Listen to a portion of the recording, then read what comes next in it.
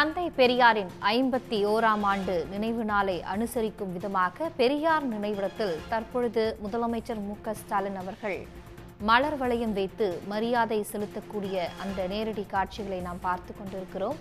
பெரியார் பகுத்தறிவு எணினி நூலகம் ஆய்வு மையமும் இன்னும் சற்று நேரத்தில் முதலமைச்சர் மு.க.ஸ்டாலின் திறந்து வைக்க இருக்கிறார். இது பற்றிய கூடுதல் விவரங்களுடன் செய்தியாளர் பிரபாகரன் இணைகிறார். பிரபாகரன், விவரங்கள். தந்தை பெரியாரின் 51ஆம் ஆண்டு நினைவு நாளையொட்டி சென்னை வேப்பேரியில் இருக்கக்கூடிய பெரியார் திடலில் அவருடைய நினைவிடத்தில் தமிழ்நாடு முதலமைச்சர் மு.க.ஸ்டாலின் அஞ்சலி செலுத்த இருக்கின்றார். தொடர்ந்து பெரியார் திடலில் புதிதாக கட்டப்பட இருக்கக்கூடிய பெரியார் பகுத்தறிவு நூலகம் மற்றும் ஆய்வு மையத்தின் சார்பில் எணினி நூலகம் மற்றும் ஆய்வு மைய கட்டிடத்தை முதலமைச்சர் மு.க.ஸ்டாலின் திறந்து வைக்க இருக்கின்றார். பெரியார் ரேஷனலிஸ்ட் டிஜிட்டல் லைப்ரரி மற்றும் ரிசர்ச் சென்டர் என்று பெயரிடப்பட்டிருக்கக்கூடிய இந்த எணினி நூலகம் மற்றும் ஆய்வு மையம் என்பது பெரியார் மற்றும் பகுத்தறிவு சார்ந்து அவருடைய அந்த ஆய்வு கட்டுரைகள் அடுத்தடுத்த தலைமுறையினர் தெரிந்து கொள்ளும் விதத்தில் மிக பிரம்மாண்டமாக வடிவமைக்கப்பட்டிருக்கின்றது. மொத்தம் 4450 சதுர அடியில் 3 தளங்களுடன் கூடிய இந்த பகுத்தறிவு நூலகம் மற்றும் ஆய்வு மையம் என்பது 1,06,874 நூல்கள் இதில் இடம்பெற்றிருப்பதாக திராவிட கழகம் சார்பில் தெரிவிக்கப்பட்டிருக்கின்றது. 100 ஆண்டுகளுக்கு முந்தைய திராவிட இயக்க இதழ்கள் முதல் நடப்பில் இருக்கக்கூடிய ஆவணங்கள் வரை அனைத்தும் இங்கு இருக்கக்கூடிய விதத்தில் வடிவமைக்கப்பட்டிருக்கின்றது.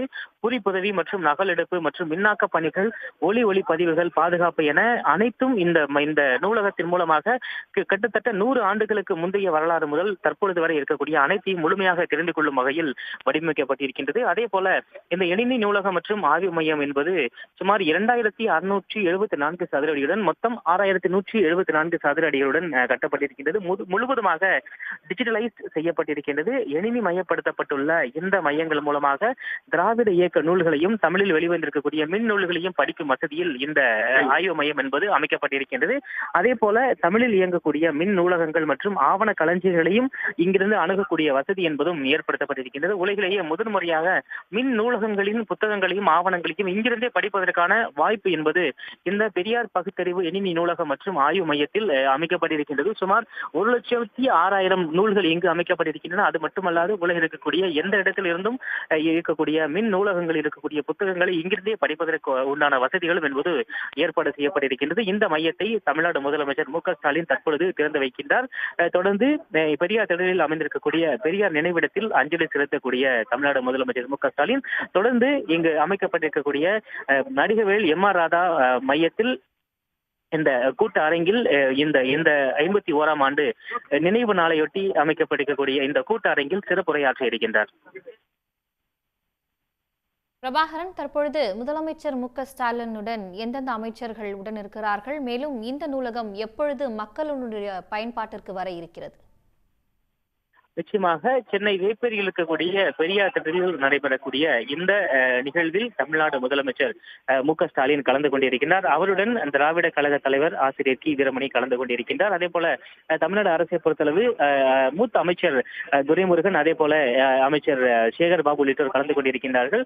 நாடாளுமன்ற உறுப்பினர் ஆர். ஆசா உள்ளிட்டோர் கலந்து கொண்டிருக்கின்றார்கள். மற்றும் கட்சியினுடைய மூத்த நிர்வாகிகள், சட்டமன்ற உறுப்பினர் உள்ளிட்டோர் கலந்து கொண்டிருக்கின்றார்கள். தற்பொழுது பெரியார் நினைவகத்தில் இருக்கக்கூடிய அந்த குறிப்பேட்டில் முதலமைச்சர் பார்வையிடுகின்றார். தொடர்ந்து அங்கு வைக்கப்பட்டிருக்கக்கூடிய ஆவணங்களையும் முதலமைச்சர் பார்வையிட்டு அது தொடர்பாக திராவிட கழக தலைவரிடம் கேட்டறிந்து வருகின்றார்.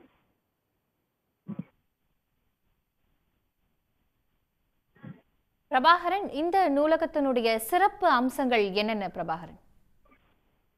நிச்சயமாக பெரியார் பகுத்தறிவு நூலகம் மற்றும் ஆய்வு மையம், அதே போல பெரியார் பகுத்தறிவு எணினி நூலகம் மற்றும் ஆய்வு மையம் என்று அமைக்கப்பட்டிருக்கின்றன. மொத்தம் 4,450 சதுர அடிகளுடன் 3 தளங்களுடன் இந்த பெரியார் பகுத்தறிவு நூலகம் மற்றும் ஆய்வு மையம் என்பது அமைக்கப்பட்டிருக்கின்றது. அதே போல இந்த எணினி நூலகம் என்பது 2,674 சதுர அடிகளுடன் மொத்தம் 6,174 சதுர அடிகளுடன் பிரம்மாண்டமாக அமைக்கப்பட்டிருக்கின்றது. 1,06,874 நூல்கள் இங்கு காட்சிப்படுத்தப்பட்டிருக்கின்றன.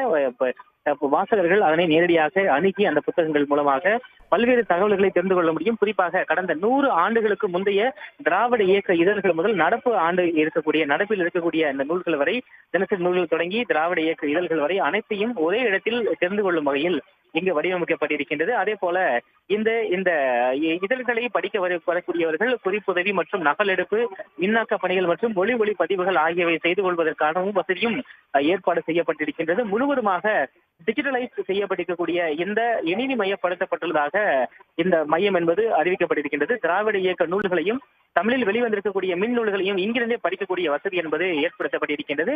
தமிழில் இயங்கக்கூடிய மின் நூலகங்கள் மற்ற பகுதியில் இருக்கக்கூடிய மின் நூலகங்கள் மற்றும் ஆவண களஞ்சியங்களையும் அணுகக்கூடிய வசதி என்பது ஏற்கனவே ஏற்பாடு செய்யப்பட்டிருக்கின்றது. உலகிலேயே எந்த பகுதியிலும் இருக்கக்கூடிய எந்த நாடுகளிலும் இருக்கக்கூடிய மின் நூலகங்களை இங்கிருந்தே அவர்கள் அணுகி அந்த தேவையான ஆவணங்களை எடுத்து படிப்பதற்கான வாய்ப்புகள் என்பது ஏற்படுத்தி கொடுக்கப்பட்டிருக்கின்றது. விரைவில் மக்களுடைய பயன்பாட்டிற்கு வரும் என்று எதிர்பார்க்கப்படுகின்றது. தற்பொழுது இங்கு வைக்கப்பட்டிருக்கக்கூடிய சிறப்பு அம்சங்களை முதலமைச்சர் திராவிட கழக தலைவர் ஆசிரியர் கி வீரமணியிடம் கேட்டு பெறுகின்றார். தொடர்ச்சியாக பல்வேறு விஷயங்கள் அங்கு காட்சிப்படுத்தப்பட்டிருக்கின்றன. அவற்றை முதலமைச்சர் பார்வையிட்டு வருகின்றார். பிரபாகரன், தந்தை பெரியாரின் 51ஆம் ஆண்டு நினைவு நாளை ஒட்டி தமிழ்நாடு அரசு சார்பாக என்ன மாதிரியான ஏற்பாடுகள் செய்யப்பட்டிருக்கிறது? நிச்சயமாக பகுத்தறிவு பகலவன் தந்தை பெரியாருடைய 51ஆம் ஆண்டு நினைவு நாள் இன்று அனுசரிக்கப்படுகின்றது.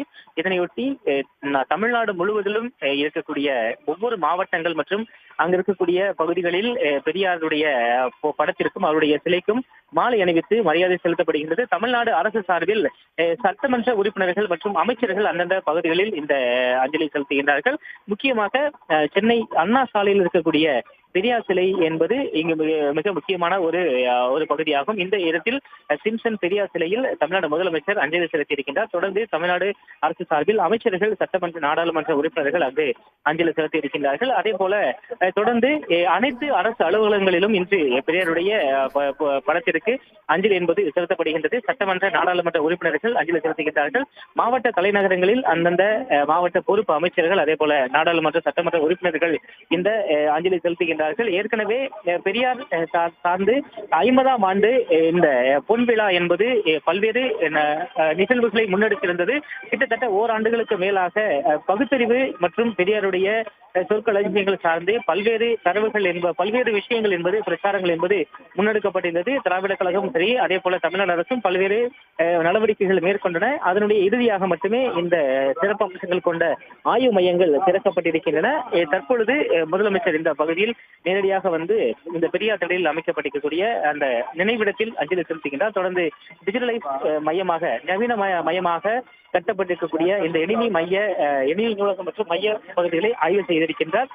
தொடர்ந்து இந்த பகுதியில் இருக்கக்கூடிய இந்த சிறப்பு அம்சங்கள் கொண்ட இந்த அரங்குகளை பார்வையிட்டு அங்கிருக்கவுடன் கேட்டறிகின்றார். தமிழ்நாடு முழுவதும் பல இடங்களில் அனைத்து இடங்களிலும் தந்தை பெரியாருடைய அந்த புகைப்படத்திற்கும் அதே போல சேகும் மலர் தூவி இன்று தினம் மரியாதை செலுத்தப்படுகின்றது. தமிழ்நாடு அரசு சார்பில் மரியாதை செலுத்தப்படுகின்றது. தொடர்ந்து நடிகவில் எம் ஆர் ராதா மண்டபத்தில் இருக்கக்கூடிய கழக தொண்டர்களிடம் இந்த பொன்விழா ஆண்டு அதனுடைய இறுதி நாள், அதே போல இந்த நூலகம் சிறப்பு விழா, அதே போல 51ஆம் ஆண்டு நினைவு நாளையொட்டி சிறப்புரையை ஆற்றி இருக்கின்றார் தமிழ்நாடு முதலமைச்சர்.